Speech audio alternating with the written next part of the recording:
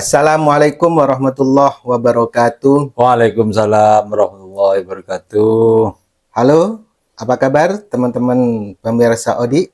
Jumpa lagi dengan kami, saya Muhammad Nurul Hajar dan bersama senior saya, Bapak Muhammad Saya Firdaus. Firdaus. Kita sudah lama tidak ngobrol tentang pendidikan ini, pendidikan, ya, betul. karena saya ini baru datang dari pulau. Terus lanjut lagi dengan kegiatan PKKM. Oke. Ya. Jadi kemarin sama Pak Fir, juga tadi saya sama Bu Indah. Kayaknya menarik kalau kita ngobrolin tentang PKKM. Betul. Penilaian kinerja kepala madrasah gitu. Sebenarnya kalau menurut Pak Fir masih diperlukan apa enggak ini PKKM, Pak? Ya masih saja diperlukan, kan tujuannya begini, itu kan tujuan untuk meningkatkan kinerja gitu. Kalau kita mau berprasangka baik lah kembangannya begini. Jadi penilaian kinerja itu supaya nanti kinerja kita kalau misalnya nilainya nggak tinggi kan berarti menjadi alat motivasi atau pemicu untuk kita meningkatkan kinerja kita kan begitu mestinya gitu loh. Tidak dimaknai sebagai hal-hal yang merepotkan saja. Ini pemerintah pengennya agar para kepala madrasah itu dari tahun ke tahun kinerjanya terus meningkat. Apa-apa yang kurang tahun ini, tahun depan diperbaiki sampai akhirnya menjadi terus baik-baik. Karena baik itu tidak akan pernah berhenti terus. Ya. Di media sosial itu PKKM itu sebaiknya cukup di negeri saja. Untuk di swasta tidak perlu. Karena tidak punya dampak secara finansial maupun karir. Katanya begitu. Gimana pandangan-pandangan seperti ini? Ngukurnya selalu ke finansial, selalu ke hukuman. Memang kadang begini di ketentuannya itu, kalau kepala madrasah itu nilainya cukup, maka itu diberhentikan dari jabatannya. Itu hanya mungkin dilakukan oleh di madrasah negeri atau di swasta yang memang yayasannya punya komitmen untuk itu gitu loh, untuk meningkatkan kinerja. Oke lah, misalnya nilainya cukup, ketentuannya mesti diberhentikan, tapi misalnya memberi kesempatan kepada kepala sekolah bersangkutan kalau di swasta untuk diberi lagi 1 tahun lagi misalnya. Nah kalau ternyata dalam 1 tahun ini menjadi baik kan bagus kinerjanya gitu loh. Jadi untuk apa diberhentikan? Ini kan dalam rangka untuk memacu kinerja gitu loh. Tapi kalau dimaknai sebagai hal yang merepotkan karena tidak mau bekerja, ya itu yang susah gitu. Saya baca di media sosial itu juga. Ini kegiatan PKKM tidak punya dampak, merepotkan, buang-buang anggaran. Ya kan kadang begini, yang lazim itu setelah sampai di penilaian lalu kepalanya ya dalam tanda petik merengek-rengek minta pembinaan. Kan waktu itu bukan pembinaan waktu itu. Waktu PKKM itu waktunya menilai. Pembinaan itu diminta pada hari-hari biasa kepada pengawasnya masing-masing gitu loh. Ya, karena dianggap tidak dapat begini mungkin. Jadi kalau C ya tetap aja nggak diberhentikan, yang bagus juga tidak diberi riwayat apapun, ya tergantung kepada yayasannya. Ini kan begini mestinya. Dari hasil penilaian kinerja kepala madrasah itu menjadi tolok ukur kepada yayasan untuk melanjutkan atau memberhentikan. Jadi nanti dalam rangka memberhentikan kepala madrasah itu dasarnya bukan kekuasaan, tapi berdasarkan penilaian kinerja. Oh, karena kinerja baik, kamu tak angkat terus, lanjutkan. Tapi karena kinerjanya jelek, ini sudah cukup, saya beri waktu 1 tahun lagi untuk memperbaiki, tapi tetap aja tidak bagus. Ya berarti kamu harus berhenti jadi kepala. Kan mestinya begitu gitu loh. Ya, tapi karena mungkin yayasannya juga tidak peduli, jadi menjadi tidak ada apa-apanya, tidak ada manfaatnya gitu loh. Apalagi kepala madrasahnya jenis kepala madrasah yang tipe Kesokannya nih. sekasokan. Sekasokan. Jadi Jadi kalau ukurannya suka tidak suka, misalnya yayasan selama orang masih saya suka, ya sudah mau kinerja kayak apa tetap aja diangkat. Tapi itu kan jelek, harusnya mengangkat dan memberhentikan itu ada dasarnya. Jadi kalau idealnya kan begini, guru yang terbaik di madrasah itu, itulah yang diangkat jadi kepala, kan begitu. Sehingga kepala ini nanti bisa melakukan tugas, bisa melakukan supervisi, bisa membimbing, bisa membini dan lain sebagainya, gitu. guru terbaik yang dimaksud ini terbaik yang bagaimana, Pak? Ya tentu saja semua lah ya, dia punya kemampuan manajerial, dia punya kemampuan untuk melakukan supervisi, dia punya kemampuan akademik yang cukup gitu loh. Jadi tidak sekedar karena koneksitas saja gitu loh. Kan selama ini kebanyakan karena koneksitas gitu loh. Misalnya karena ya anak, ponaan, apalah gitu loh. Karena Kalau kalau kemampuan kita tidak melihat ya melihat ada guru punya kemampuan, dia berhasil jadi guru. punya. Tapi kan apa jaminannya bisa berhasil jadi kepala madrasah? Ya kan Itu kan dari hasil tuntutan dari kompetensi yang diperlukan kan berbeda. dari hasil penilaian kinerja guru kan akan ketahuan. Orang ini sehari-harinya bertanggung jawab enggak, orang ini punya kemampuan enggak gitu loh. Ya mungkin tahun pertama anggaplah gagal misalnya. Kan kalau dia punya kemampuan akademik cukup bisa cepat belajar orang kayak gini-gini loh. Orang yang punya kemampuan akademis itu cepat belajarnya. Dia kan sudah tahu lah jadi kepala itu begini, jadi kepala itu begini. Dalam sehari-hari kan tahu gitu loh. Jadi biasanya kalau dia punya kemampuan akademis cukup, memang punya bakat kan bisa dilihat sehari-hari oleh yayasan itu. Yayasan harusnya memantau juga gitu. Tidak sekedar dilepas begitu saja. Artinya jangan asal. Kan banyak sekarang madrasah yang pedomannya asal. Wis asal jalan, wis asal begini gitu loh. Tidak punya patokan kualitas yang cukup, standar yang cukup. Nah, karena yang asal ini ketika pelaksanaan PKKM merepotkan. Jadi merepotkan. Karena dia memang tidak mau maju kinerja gitu. Tapi ada kepala yang memang menjadikan PKKM itu sebagai tolak ukur. Oh berarti kelemahan saya di sini, kelemahan saya di sini. Ini harus saya benahin gitu. Ada ketimpangan informasi lagi, Pak. Sebenarnya PKKM itu kan harus didahului oleh kegiatan PKG, ya. penilaian kinerja guru. Nah, kalau ketika PKKM guru merasa direpotkan, ini kan malah tanda tanya besar ya. Terus maunya apa ya? Jadi penilaian itu termasuk supervisi. Supervisi itu kan bagian dari pembinaan. Dari supervisi itu lalu diketahui, oh guru ini kelemahannya di sini, kekurangannya di sini. Maka lalu dibuatlah program untuk mengatasi kekurangan si guru ini. Begitu. Kepala juga begitu. Dengan penilaian ini saya menjadi tahu, kepalanya menjadi tahu. Oh ternyata kelemahan saya di sini, kekurangan saya di sini. Dari sana dia bekerja, meningkatkan kinerjanya. Gitu loh. Kan mestinya begitu berpikirnya. Nah, Ya kalau memang dianggap, ya karena memang dianggap tidak ada apa-apa, karena memang tidak mau bekerja asal tadi itu, ya sudah, tidak ada manfaatnya. Gitu. Padahal seingat saya, profesi guru dirumuskan sedemikian rupa, termasuk kepala madrasah, kepala sekolah, itu dibuat kompetensinya dirumuskan secara khusus juga. Dulu kan tidak ada penilaian kerja kepala sekolah atau kepala madrasah.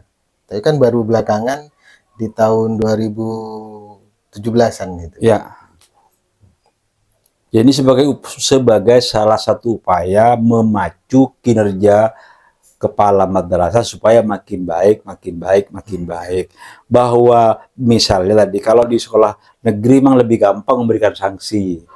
Tapi di yayasan juga bisa begitu. Kalau yayasannya punya komitmen gitu loh. Tapi kalau hanya asal saja dianggap tidak ada apa-apa, ya sudah akhirnya madrasah juga berjalan asal saja, asal berjalan gitu loh. Tidak sungguh-sungguh berjalan. Ini yang membuat kenapa kualitas pendidikan kita itu tidak cepat peningkatannya, atau jangan bisa stagnan, atau yang celaka malah kita turun dari hari ke hari malah makin turun. Ini kan celaka kalau Ya. begini, gitu. Apa mungkin pemicunya dari instrumen PKKM itu sendiri, Pak? Kalau saya lihat memang instrumennya memang perlu disempurnakan lagi lah, disempurnakan lagi yang enggak Terlalu rumit-rumit amat. terlalu banyak yang mau ditangkap, Mm-mm. padahal itu yang mau ditangkap itu sebenarnya sampah-sampah. Sampah-sampah. Maka saya setuju dengan idenya Pak Kabid Penma Jawa Timur itu. Wah, gimana Ya, itu? yang sampai peroleh itu. Yang saya ceritakan itu ya.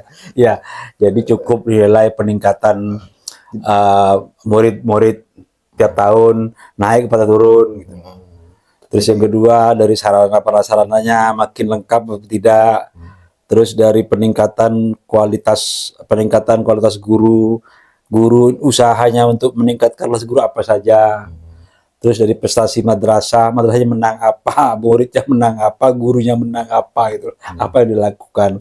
Terus yang kelima tentang tindak lanjut dari lulusan ini, disebut dengan mutu lulusan itu. Sudah berapa anak yang melanjutkan ke perguruan tinggi. Dari ya datanya harus lengkap lah, jangan dihafal. Sudah bilang jangan dihafal. Kenapa? Kadang-kadang punya tanya, kenapa kalau ditulis? Ya kalau nggak ditulis, nanti kalau sampai tidak ada, menjadi tidak ada gitu. Tapi kalau dicatat sampai tidak ada, tetap ada catatannya. Gitu. Kan gini, kenapa kok harus semua kegiatan di madrasah itu harus dicatat? Ya supaya datanya tidak hilang, kan gitu, Bang. Ya. Nah, kalau datanya hilang, ya sudah hilang, kita nggak punya bekas apa-apa. Makanya saya kepada teman-teman guru, teman-teman kepala, saya sering ngasih ilustrasi, kita bersyukur sekali bahwa Al-Quran itu ditulis, dicatat sehingga ada mushaf seperti sekarang ini. Bayangkan kalau nggak dicatat, gitu, sudah mungkin kita nggak kebagian apa-apa sekarang, karena sudah nggak ini, gitu. Karena kita nggak begitu penghafalnya wafat semua, kita kehilangan itu. Beruntung para Khalifah Umar banyak masih ingat mencatat, Khalifah Abu Bakar yang mencatat itu gitu ya, punya ide untuk mencatatkan Al-Quran itu sehingga kita sampai sekarang masih mendapat Al-Quran yang asli. Jadi Mushaf Utsmani. Ya, Mushaf Utsmani itu. Jadi sama dengan di madrasah.